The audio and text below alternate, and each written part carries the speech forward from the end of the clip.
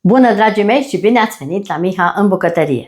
Astăzi am onoarea să vă fac o rețetă foarte bună de cheesecake cu blat de vanilie și cremă de brânză. O să vedeți cu căpșuni. Până la sfârșitul acestui film rămâneți alături de mine și o să vedeți și lista cu ingredientele pe parcursul acestui film.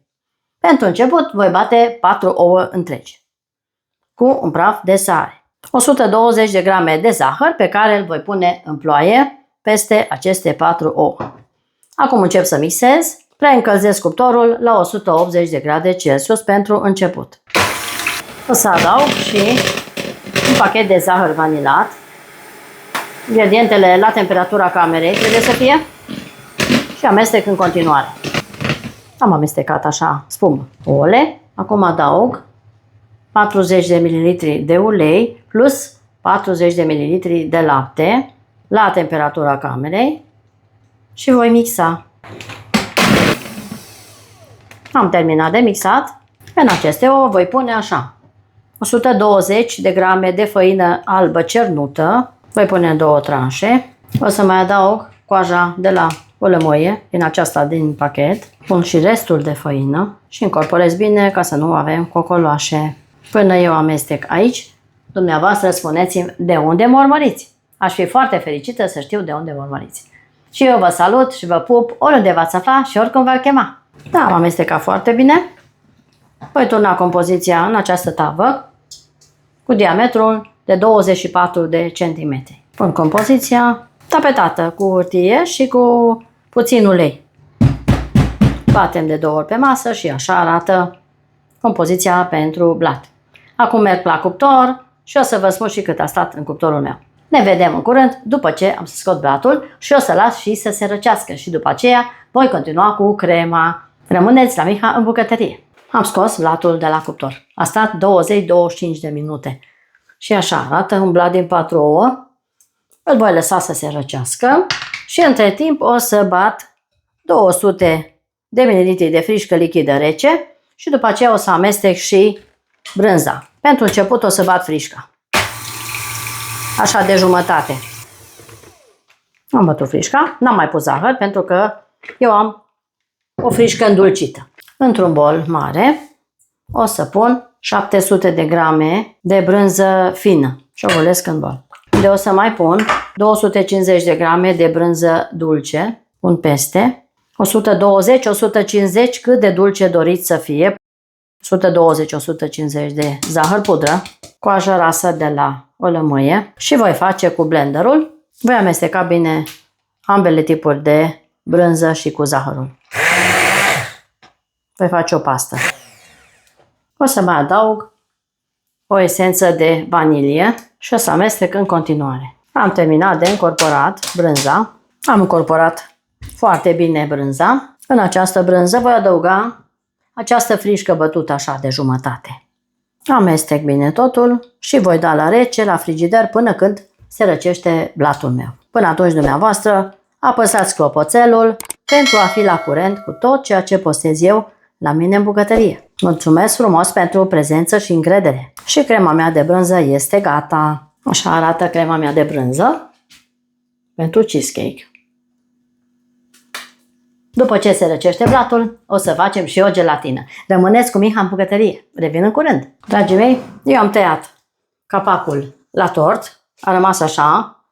Am vrut să-l fac să fie perfect, să fie drept. Am pus așa o extensie. Acum, aici am 16 grame de gelatină, peste care voi pune 60 de ml de apă. O să amestec și o să las să se hidrateze pentru câteva minute, după care o să-l pun în brânză. Gelatina mea s-a hidratat. O să pun foarte puțină frișcă, 2 linguri, nu mai mult. O să amestec și o să pun la microunde pentru a o încălzi puțin. Am încălzit gelatina cu frișca. O să o torn peste brânză și voi amesteca, voi omogeniza totul foarte bine. După care o să o torn direct peste blat. Pun brânza direct pe blat, voi nivela și o să dau la rece pentru câteva ore, după care o să fac și un jeleu și căpșuni deasupra. Nu rămâne așa. Rămâneți cu Miha în bucătărie să vedeți ce urmează. O pun la rece și revin imediat. Până când stă tortul meu la rece, o să fac un jeleu și am nevoie de 16 grame de jeleu. Eu o să fac galben. O să pun în apă 500 de ml de apă rece. O să amestec ca să nu am cocoloașe și o să las acest lichid să fiarbă până de câteva clocote. O să mai adaug 3-4 linguri de zahăr, faceți cât vreți de dulce. Și amestec și zahărul. Jeleul meu a fiert.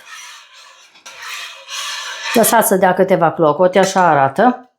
Îl voi lăsa să se răcorească pentru circa 10-15 minute, după care o să-l pun peste brânză. Până se răcește puțin jeleul, eu o să pun feliuțe de căpșuni pe toată suprafața tortului, peste tot. Am așezat așa într-un strat destul de generos de căpșuni și peste aceste căpșuni voi turna jeleul. Aici am și jeleul care s-a răcorit și cu un polonic o să pun pe toată suprafața. Și voi da din nou la rece peste noapte. Și așa arată tortul meu cu căpșuni și jeleu. O să-l dau la frigider peste noapte și mâine o să revin cu rezultatul final. Dragilor, tortul meu, cheesecake, a stat la frigider peste noapte, așa cum am spus. Și așa arată cheesecake cu căpșuni, cu jeleu. Sper că se vede foarte bine. Un tort. Încercați această rețetă, este excelentă. O să tai și o felie să vedeți și interiorul. Jeleul s-a întărit foarte bine și o să scot să vedeți cum arată. Așa arată cheesecake-ul meu de astăzi. O să pun pe farfurie să-l vedeți și mai bine. Uitați aici ce cheesecake și ce frumusețe. Cu blat făcut în casă.